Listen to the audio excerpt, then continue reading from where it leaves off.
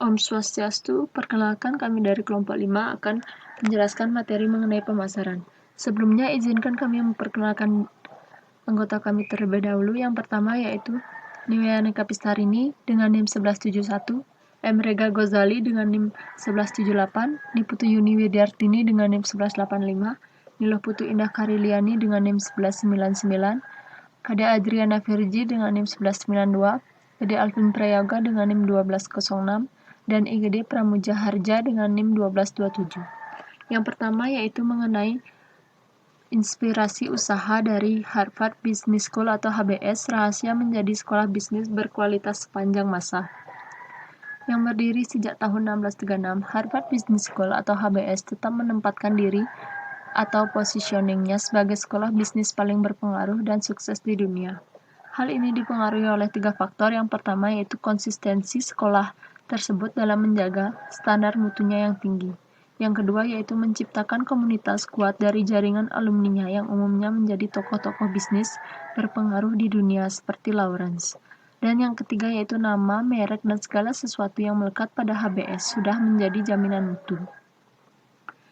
HBS atau Harvard Business School sudah dikenal dengan sekolah para general manager dan lulusannya pada umumnya menjadi seorang wirausahawan. Sekian yang dapat saya sampaikan.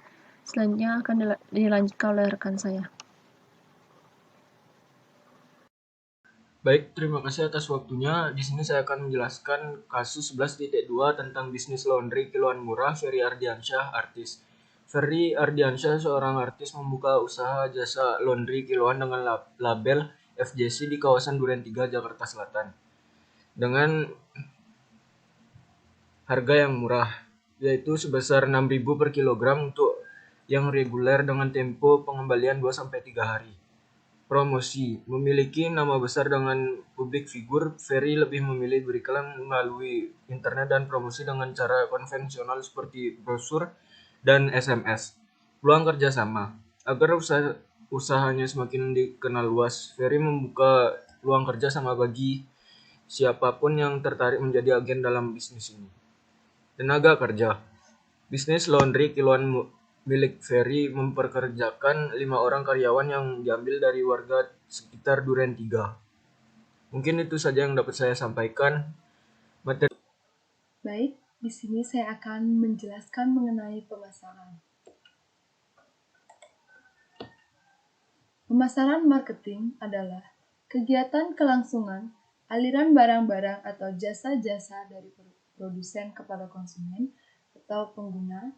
Kelompok pasar menurut Kasmir 2006 meliputi: yang pertama, pasar konsumen. Individu dan rumah tangga dapat membeli atau memperoleh barang dan atau jasa untuk dikonsumsi sendiri. Lalu yang kedua, pasar internasional. Pasar produk dan atau jasa yang terdiri atas pasar antar negara atau pasar internasional ekspor dan impor. Lalu yang ketiga terdapat pasar industri. Pasar di mana pihak-pihak perusahaan yang membeli barang dan atau jasa menggunakan kembali atau menghasilkan barang dan atau jasa lain atau disewakan kepada pihak lain untuk mengambil untung. Yang keempat, pasar pemerintah. Pasar yang terdiri dari unit pemerintah yang membeli atau menyewakan barang dan atau jasa untuk melaksanakan fungsi utama pemerintah, baik pusat maupun daerah. Lalu yang terakhir terdapat pasar reseller, suatu pasar yang terdiri atas individu dan organisasi yang melakukan penjualan kembali barang dan atau jasa untuk mendapatkan keuntungan. Baik, di sini saya akan melanjutkan mengenai hal-hal yang perlu pada kegiatan pemasaran, yaitu ada 2, ada analisis pasar dan bauran pemasaran. Di analisis pasar bisa digunakan rumus SWOT, yaitu ada kekuatan, kelemahan, peluang, dan ancaman, sedangkan di bauran pemasaran bisa menggunakan rumus P4, yaitu product, price, place, and promotion. Selanjutnya yaitu ada strategi menarik pelanggan. Strategi yang dapat digunakan yaitu bisa membuat inovasi produk terbaru, desain yang menarik, harga yang terjangkau, dan berikan potongan kepada pembelian dengan jumlah tertentu. Baik, di sini saya akan menjelaskan mengenai strategi bauran pemasaran atau marketing mix. Marketing mix merupakan produk, price, place, dan promotion satu sama lain yang saling berkaitan. Tidak dapat hanya dijalankan sendiri untuk satu phase saja karena selalu terikat atau terkait. Berikut bagian dari marketing mix yang pertama, strategi produk, sesuatu yang dapat memenuhi kebutuhan dan keinginan para konsumen atau pengguna. Strategi produk yang harus dilakukan oleh suatu pengusaha yaitu menentukan logo moto, menciptakan merek, menciptakan kemasan, dan keputusan label. Yang kedua ada strategi harga, sejumlah nilai yang harus dibayar oleh konsumen untuk membeli atau menikmati barang atau jasa yang ditawarkan.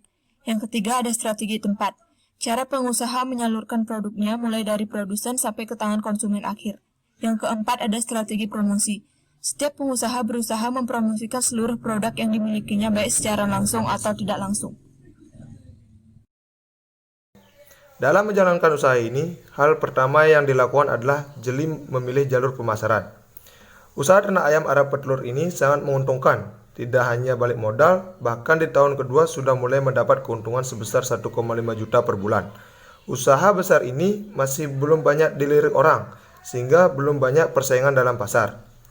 Hal kedua yang harus dilakukan yaitu pembelian bibit. Bagi pemula, sebaiknya membeli ayam darah siap bertelur yang usianya 4,5 bulan dengan harga yang lebih mahal yaitu berkisaran 40-45 ribu. Tetapi risiko yang ditanggung akan lebih kecil. Biar cepat bertelur, ayam remaja dipelihara dalam kandang baterai. Kandang bersekat-sekat nyaris pas ukuran badan ayam. Ukuran tiap sekat 20 x 35 x 38 cm plus 20 cm untuk menampung telur dan tempat makan. Lantai kandang agak miring ke depan agar telur bisa menggelinding ke tempat telus. Keuntungan 14 juta per minggu. Pak Yaman, seorang peternak ayam darah, memanen hampir 7.000 butir telur per minggu dari 1.200 ekor ayam.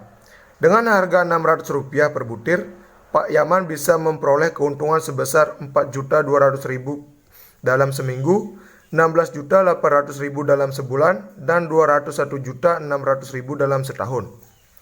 Dalam pemeliharaannya, ada beberapa hal yang harus diperhatikan, yaitu yang pertama, waspadai penyakit ayam. Untuk menghindari penyakit pada ayam, pemilik harus menjaga kebersihan kandang dan melakukan vaksinasi secara teratur. Yang kedua, kandang anti protes. Alas kandang ayam harus diberi bak air agar kotoran ayam cepat kering, dan di bagian bawah kandang harus ditaburi kapur agar kotoran ayam tidak berbau. Baik, saya IGD Pramoedya Runata akan membacakan materi analisis usaha berternak ayam Arab petelur.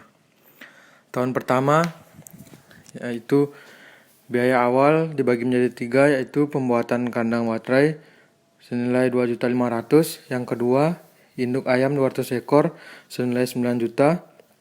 Yang ketiga, perlengkapan lain diantaranya lampu dan kabel senilai 100.000. Kemudian lanjut yang kedua, biaya operasional 1 tahun dibagi menjadi 4. Yang pertama, tenaga kerja part-time selama setahun senilai 1.200.000. Kemudian pakan ayam selama setahun 9.800.000, vaksin 800.000, obat-obatan 100.000. Total biaya tersebut senilai 23.500.000. Kemudian pendapatan kotor setahun yaitu 34.560.000. Kemudian keuntungan bersih dalam setahunnya senilai 11.060.000 rupiah. Lanjut ke tahun kedua, biaya penyusutan dibagi menjadi 2, yaitu kandang tahun kedua. Asumsi umur kandang di sini adalah 5 tahun, berarti 2/5 dikali 2.500.000 sama dengan 1 juta. Kemudian induk, harga akhir 20.000 per ekor dikali 200 ekor berarti 4 juta. Kemudian harga induk barunya 45.000 dikali 200 berarti 9 juta. Kemudian biaya penggantian induk 9 juta dikurang 4 juta sama dengan 5 juta. Kemudian biaya operasional 1 tahun, tenaga kerja senilai 1.200.000, pakan senilai 9.600.000, vaksin 800.000, obat-obatan 100.000, total biaya produksinya 17.700.000. Kemudian pendapatan kotor setahun 34.560.000 rupiah. Kemudian keuntungan bersih tahun kedua yaitu pendapatan kotor dikurang dengan 17.700.000 berarti 16.860.000. Demikian presentasi dari kelompok kami. Jika ada salah-salah kata, kami mohon maaf. Demikian, terima kasih.